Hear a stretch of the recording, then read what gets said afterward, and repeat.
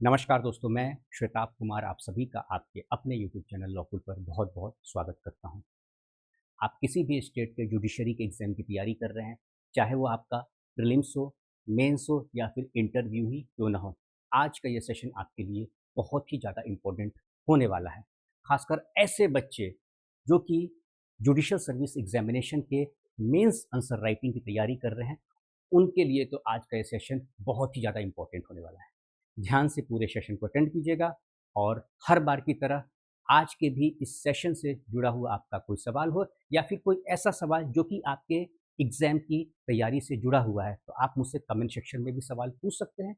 साथ ही लॉकुल का अपना डेडिकेटेड व्हाट्सएप चैनल है, उसके माध्यम से भी आप मुझसे डायरेक्टली कनेक्ट होकर सवाल पूछ सकते हैं। देखिए, अगर मैं बात करूं सिविल लॉज की, तो इसको लेकर अक्सर बच्चों का मुझसे सवाल रहता है।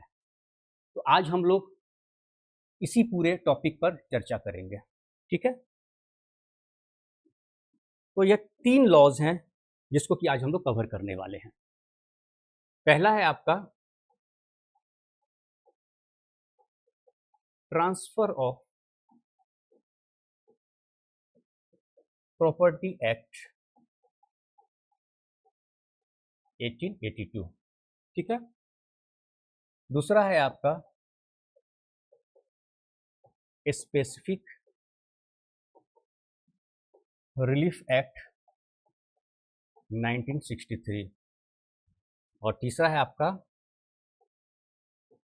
Code of civil procedure 1908। सारे की फंडामेंटल एस्पेक्ट को आज मैं कवर करने वाला हूं। कैसे एक इफेक्टिव आंसर राइटिंग आप लिख पाएंगे, वो सभी हम लोग आज इस सेशन में समझेंगे, ठीक है ना। देखिए, सबसे पहले आपका फंडामेंटल कॉन्सेप्ट में क्लैरिटी रहना चाहिए, ठीक है।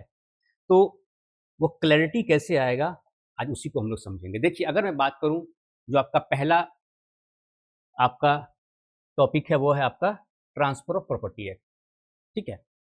तो ट्रांसफर प्रॉपर्टी एक्ट का चैप्टर 3, इसको हम लोग डिस्कस करते हैं। जैसे देखिएगा कैसे कोरिलेट किया जाता है, समझ गए। 3 लॉज को मैं कैसे कोरिलेट करके उसको लिखा जाता है, वही आपको आज समझाऊंगा। ट्रांसफर प्रॉपर्टी एक्ट 1882, इसके सेक्शन 54 की बात करें तो उसमें डिफाइन किया गया है आपका सेल। अब ये सेल क्या होता है, तो ट्रांसफर ऑफ ओनरशिप की बात करता है। सेल का मतलब क्या है, तो transfer of ownership in exchange for a price, उसकी एक कीमत होगी।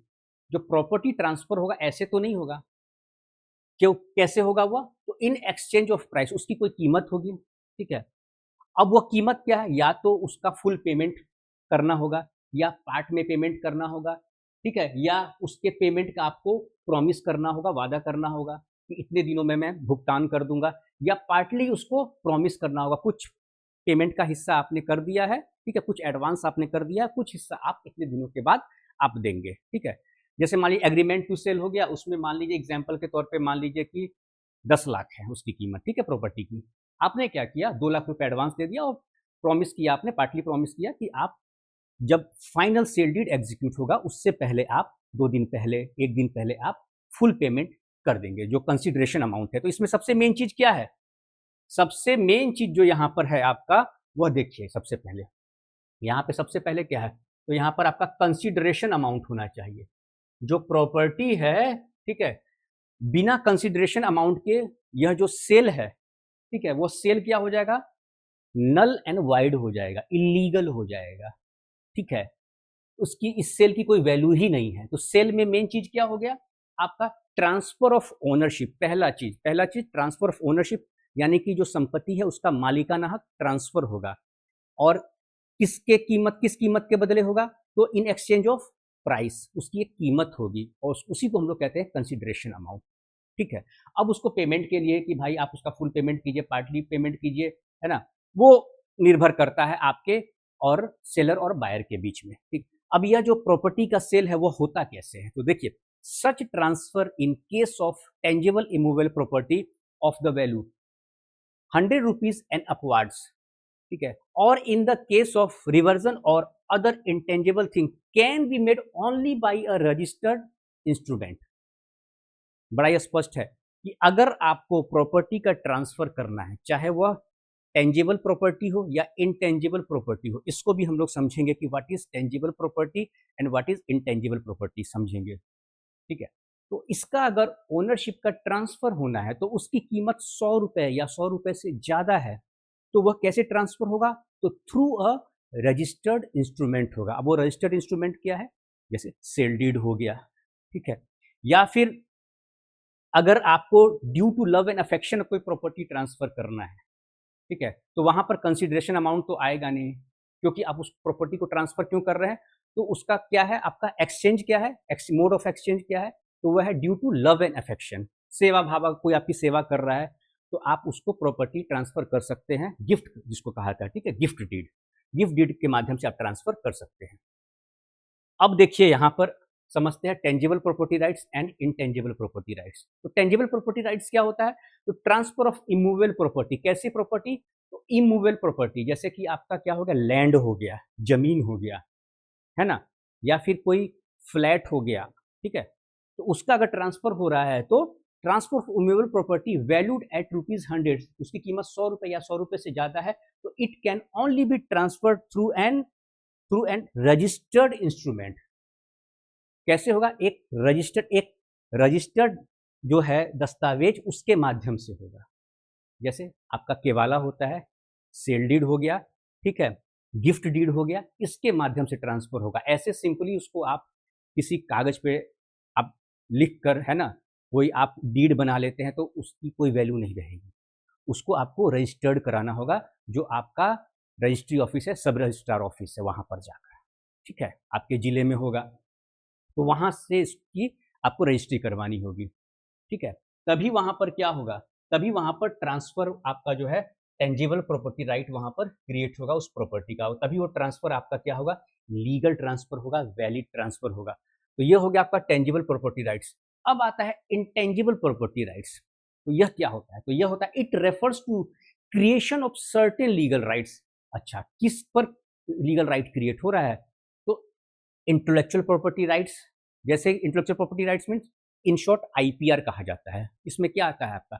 इसमें आपका पेटेंट आता है, कॉपीराइट आता है, ट्रेडमार्क आता है। जैसे एग्जांपल के तौर पे समझिए कि मैं श्वेताब कुमार, ठीक है, मेरी कोई कंपनी है, उसका मैंने ट्रेडमार्क ले रखा है, तो मेरे नाम से वो ट्रेडमार्क रजिस्टर्ड है, ठीक है।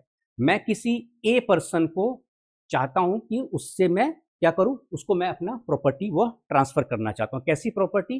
तो इंटेंजिबल प्रॉपर्टी राइट्स, उसको ट्रांसफर करना चाहता हूं। सामने वाला व्यक्ति भी एग्री है, तो ऐसे तो होगा नहीं सिंपल किसी कागज पर लिख दिया या किसी स्टाम्प पेपर पर लिख दिया या किसी सादे कागज पर लिख दिया, ऐसे तो होगा नहीं। उसको भी ट्रांसफर करने का क्या है? उसके लिए भी आपको डीड बनाना है, ठीक है। वह डीड क्या होगा? तो वह रजिस्टर्ड डीड होगा, ठीक है, रजिस्टर्ड डीड के माध्यम से करना है। क्यों करना है वहां पर? क्योंकि it creates certain legal right, वहां पर लीगल राइट का क्रिएशन हो रहा है, ठीक है। तो जहां पर लीगल राइट का क्रिएशन हो रहा है, ट्रांसफर ऑफ ओनरशिप हो रहा है, तो वह कैसे होगा? तो थ्रू अ रजिस्टर्ड डॉक्यूमेंट होगा। अब क्यों होगा? अब फिर पीछे जाता हूं मैं आपको लेकर, हमने क्या पढ़ा था? सेल में पढ़ा था ना, दो प्रॉपर्टी को लेकर, एक टेंजिबल प्रॉपर्टी राइट्स और एक intangible property rights. Tangible property rights हो गया आपका, जैसे जमीन हो गया, ठीक है, या फिर कोई आपका फ्लैट हो गया, उसका ट्रांसफर होगा, तो उसकी भी कीमत 100 रुपए या 100 रुपए से ज्यादा होगी। तो उसको भी कैसे ट्रांसफर करना है? तो थ्रू रजिस्टर्ड इंस्ट्रूमेंट करना है, सेल डीड के माध्यम से हो गया या गिफ्ट डीड के माध्यम से हो गया।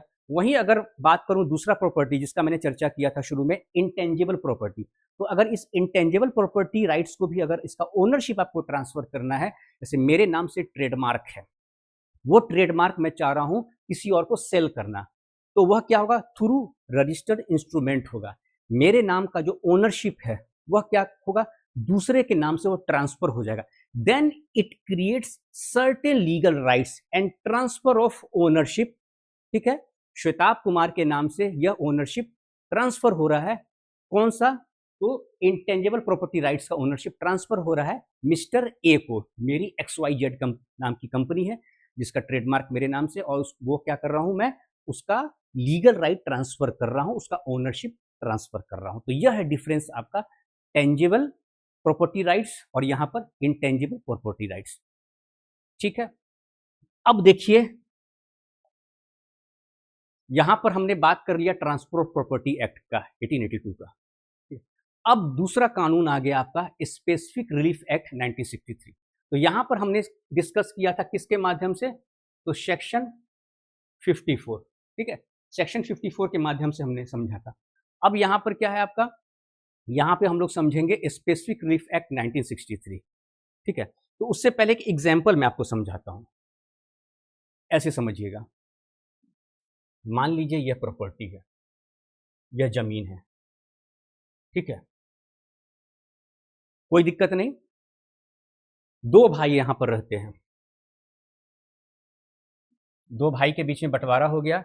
एक भाई है यहां पर ए और एक भाई है बी, कोई दिक्कत नहीं, सब क्लियर है, कहीं कोई परेशानी वाली बात नहीं है। ए का मकान आगे है, बी का मकान पीछे है, दोनों के बीच में बराबर बंटवारा है, कोई समस्या नहीं। अब बी को क्या है, बी का घर पीछे है, इनको आने जाने के लिए रास्ता तो चाहिए ही चाहिए।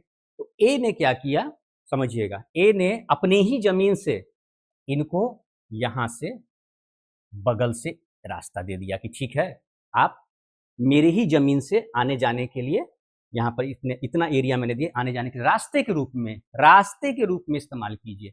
और यहाँ पर इन्होंने सिर्फ इनको क्या किया है, एक लीगल राइट दिया है, ओनरशिप ट्रांसफर नहीं हुआ है। समझिए बात को भी बता रहा हूं, यह पूरा जो इस प्रॉपर्टी पर जो ओनरशिप है वो ए का ही है ना। लॉ में वही कहता है, एक हेयर जो है डिफरेंस भी यहाँ पर होता है, इसलिए लॉ को बहुत बारीकी से समझा जाता है। पूरा प्रॉपर्टी जो इतना यहाँ से पूरा रेड देख रहे हैं, ये पूरा ए का ही है, लेकिन ए ने क्या कहा कि बी जो है भाई हैं, इनको जाने के लिए अपनी जमीन से एक निजी रास्ते के तौर पर इनको दिया। तो यहाँ पर बी को क्या राइट मिला है, बी को जो इतना रास्ता मिला है ए की जमीन पर, वह सिर्फ आने जाने के लिए मिला है। ऐसा नहीं कि बी जो है इस जमीन को, इस रास्ते को भी क्या करेंगे, ऐसे ऐसे लेकर और इस पर पूरा पर दावा करेंगे, ऐसे नहीं। बी सिर्फ इस रास्ते को, इतना जो एरिया है इसको सिर्फ रास्ते के रूप में इस्तेमाल करेंगे। और ए जो है उनको सिर्फ एक लीगल राइट दी है। लीगल राइट क्या दिए हैं, तो एक और कानून ऐड कर लीजिए, चलिए देखिए, 3 लॉ हो, अब 3 लॉ नहीं 4 लॉ हो गया, ठीक है। इसमें एक और लॉ ऐड कर लीजिए यहाँ पर। चौथा कानून क्या है मैं बता रहा हूं, देखिए ऐसे पढ़िएगा ना, मजा आएगा आपको।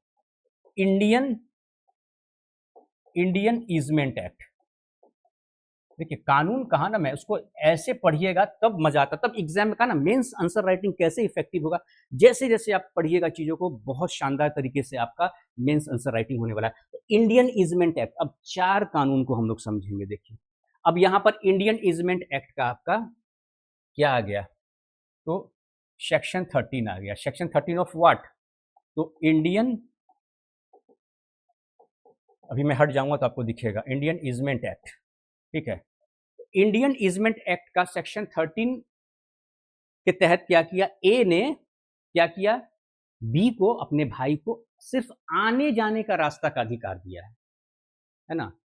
क्योंकि ऐसे अगर ओनरशिप ट्रांसफर होगा तब तो भाई उसके लिए अलग डॉक्यूमेंट बनेगा ना, सिर्फ आने जाने के लिए एक रास्ता दिया गया कि भैया आप आइए जाइए, कोई मैं इस पर दावा आपत्ति नहीं करूंगा, किसी प्रकार का नहीं करूंगा, आने जाने का इस पर आपका हक रहेगा ही रहेगा, है ना। निजी तौर पे दे दिया कि चलिए बी है, मेरे भाई हैं, आप आइए जाइए, आपका निजी रास्ता है ना। तो रास्ते के रूप में मैं कोई दावा आपत्ति कुछ नहीं करने जा रहा हूँ, आप आइए जाइए। सेक्शन 13 में इनको अधिकार दे दिया, अरे भाई ही तो है, दे दिया आने जाने के लिए। अब जो बी हैं, पता नहीं उनके दिमाग में क्या चल रहा था, जो भी हो, उन्होंने क्या किया, यह जो रास्ता है, रास्ते को भी समझ लिया अपना जमीन। तो उन्होंने क्या किया, अपना ये पूरा एरिया ऐसे ऐसे ऐसे तो पकड़ा ही, साथ में जो भाई ए है, जिस बेचारे ने रास्ता दिया अपनी ही जमीन से, उसका भी उस रास्ते को भी क्या किया, ऐसे कवर करके, और सेल डीड जो है यहां पर, सेल डीड क्या किया, सेल डीड के माध्यम से, इसे आप केवाला भी कहते हैं, उसके माध्यम से जो एक्स नाम का व्यक्ति है, अब यहां पर एक्स आ गया, एक एक्स नाम का जो व्यक्ति है, उसे क्या किया, यह जो एक्स है ना, ठीक है, बताता हूं मैं आपको, बहुत ही इंपॉर्टेंट है यह सेशन, देखिएगा। यह जो एक्स नाम का व्यक्ति है, उसको क्या किया, इस नया जो व्यक्ति एक्स है उसको बी ने सेल कर दिया, कैसे? सेल डीड के माध्यम से, ठीक है। यह सेल डीड होता है जिसको आप केवाला कहते हैं। इस केवाला के माध्यम से एक्स को क्या किया? प्रॉपर्टी बेच दिया। और बेचा भी क्या? इस बेचारे ए का जो जमीन है, ठीक है ना, जो रास्ते के रूप में उसने दिया, उसको भी बेच दिया। यह तो गलत है, क्योंकि सेक्शन 13 क्या कहता है? ईजमेंट एक्ट का सेक्शन 13 कहता है कि बी को जो है सिर्फ आने जाने का ही हक है। वह यहाँ पर एक पौधा भी, फूल का पौधा भी नहीं लगा सकते हैं। यहाँ पर वो अपनी गाड़ी भी खड़ी नहीं कर सकते हैं, क्योंकि इसका ओनरशिप किसके पास है? ओनरशिप तो ए के पास है। ओनरशिप किसके पास है सर? ओनरशिप किसके पास है? तो ओनरशिप इनके पास है, ए के पास है, ठीक है। तो यहां पर सर्टेन लीगल राइट का क्रिएशन हुआ है, ठीक है ना, for limited purpose. Limited purpose क्या है? कि भाई इस इतने एरिया से, यह जो पूरा एरिया है, यहां से बी सिर्फ अपने मकान तक आ जा सकते हैं, बस। अब बी ने क्या किया? गलत तरीके से सेल डीड एग्जीक्यूट कर दिया, किसके फेवर में? यानी केवल जमीन बेच दिया, एक्स को बेच दिया जमीन, ठीक है। सेल डीड एग्जीक्यूट करने का मतलब मेरा यहाँ पर यह है, यह लीगल टर्म मैं बोल रहा हूँ, इसको ठेठ भाषा में समझिए, ठीक है। तो क्या किया बी ने, ठीक है, ए के भाई बी ने एक्स को यह पूरी जमीन बेच दी। वो जमीन कैसे? ऐसे ऐसे करके बेच दिया। तो यह गलत हो गया, यहाँ पर यह क्या हो गया? इलीगल हो गया। ऐसा सेल डीड क्या हो जाएगा? रद्द हो जाएगा, क्योंकि यह तो रास्ते के रूप में दिया ना आपने। रास्ता को आप कैसे बेच सकते हैं? उसके बाद मान लीजिए कि जो एक्स है ना, या जो भी इसमें हो, किसी की तो गलती है, या तो जमीन बेचने वाले की गलती है या जमीन खरीदने वाले की गलती है। तो सेक्शन 55 कहता है, सेक्शन 55 यहाँ पर डिफाइन किया गया। देखिए मेरे पास किताब भी है, मैं ऐसे नहीं बोल रहा हूँ, मेरे पास किताब भी, ट्रांसफर ऑफ प्रॉपर्टी एक्ट है ना, इसका सेक्शन 55 पढ़िएगा। इसमें सेलर और बायर का क्या दिया गया है? यहाँ पर रिस्पॉन्सिबिलिटी दिया गया है, ठीक है। यहाँ पर मैं आपको पढ़ के बता देता हूँ, अगर आपको मैं जो बोल रहा हूँ उस पर यकीन नहीं है तो यहाँ पर मैंने टैग कर रखा है पेज को, देखिए यहाँ पर जो है पूरा दिया हुआ है, सारा बात यहाँ पर स्पष्ट तरीके से दिया हुआ है। Rights and liabilities of buyer and seller. तो राइट्स भी है और लाइबिलिटी भी है, बायर और सेलर का यहाँ पर डिफाइन है आपका, ठीक है। यह पूरा यहाँ पर डिफाइन किया गया है।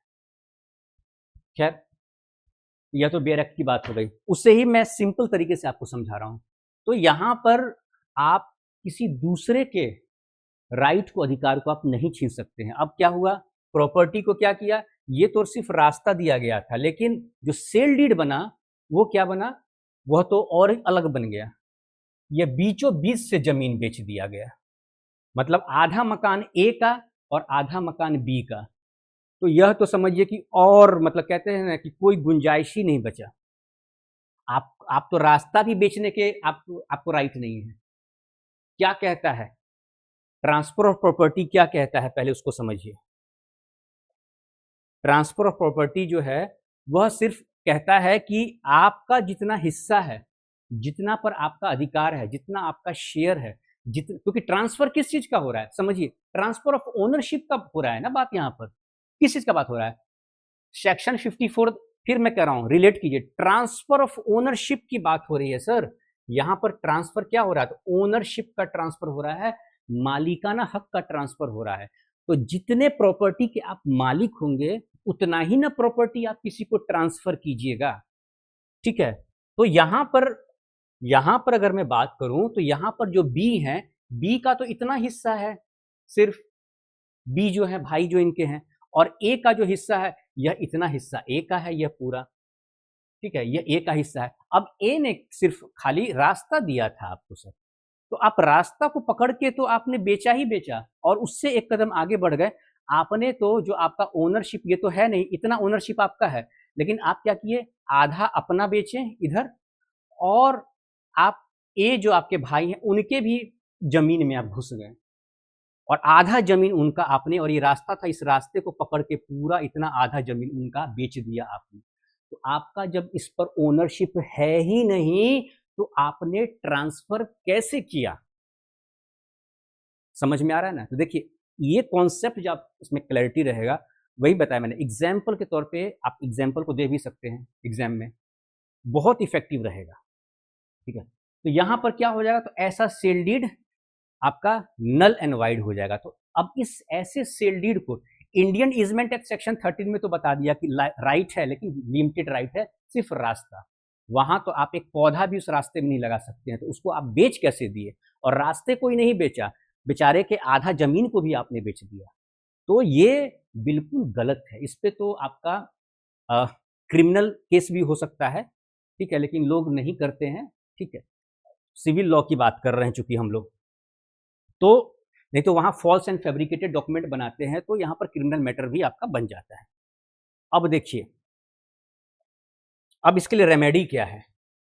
तो इसमें जो ए है, एग्जाम्पल के रूप में समझिए, ए जो है, ए क्या करेंगे, section 34 of specific relief act 1963 के तहत क्या करेंगे, वह जो आपका डिक्लेरेटरी सूट है, क्या है, डिक्लेरेटरी सूट है, chapter 6 of specific relief act के तहत क्या करेंगे, सिविल कोर्ट में डिक्लेरेटरी सूट फाइल करेंगे सेक्शन 34 के तहत। उनके पास ये रेमेडी है, ठीक है। उसके बाद क्या करेंगे, उनके पास क्या रेमेडी है, उनके पास रेमेडी है आपका परपेचुअल इंजंक्शन के लिए। क्या है, परपेचुअल इंजंक्शन के लिए वो क्या कर सकते हैं, सेक्शन 13 में वह पिटिशन फाइल कर सकते हैं, साथ में रिलीफ ले सकते हैं। यह है आपका चैप्टर 8 में, ठीक है। लेकिन मामले की सुनवाई जब चल रही हो, तो उस बीच में आपको एक इंटरिम रिलीफ भी आप ले सकते हैं, ठीक है ना, टेम्पररी रिलीफ जो होता है। तो टेम्पररी रिलीफ के लिए क्या है, ऑर्डर 39। यह तो आपका स्पेसिफिक रिलीफ एक्ट के अंदर हो गया कि आप डिक्लेरेटरी सूट फाइल कर सकते हैं। उसके साथ साथ आप रिलीफ में क्या मांग लेंगे, तो परपेचुअल इंजंक्शन आपका यहाँ पर हो जाएगा, ठीक है, जिसे हम फाइनल इंजंक्शन भी कहते हैं। यह जो अब आपका फाइनल डिक्री होगा, तब आपको यह दिया जाएगा। लेकिन मामले की सुनवाई के बीच में आपको लग रहा है कि वहां पर कोई निर्माण हो सकता है ना, तो वहां पर आप क्या कर सकते हैं, या फिर जो सब्जेक्ट मैटर है सूट का, ठीक है, वहां पर कुछ डिस्टरबेंस वहां पर क्रिएट किया जा सकता है, ठीक है, कोई कंस्ट्रक्शन किया जा सकता है, या किसी प्रॉपर्टी के साथ कोई उसको डैमेज किया जा सकता है, तो वहां पर कुछ ना हो, वैसा एज इट इज स्थिति बने रहे। तो वैसी स्थिति में क्या होगा, आपको कोर्ट से क्या एक रिलीफ लेना होगा, टेम्पररी इंजंक्शन लेना होगा, ठीक है।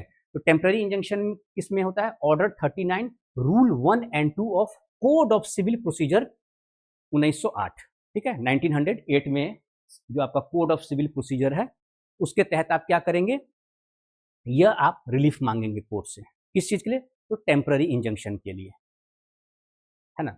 तो इस तरीके से देखिए, हमने यहाँ पर कैसे कोरिलेट किया, ट्रांसफर ऑफ प्रॉपर्टी एक्ट को किया, जिसका कि सेक्शन आपका क्या है, सेक्शन 54 को किया।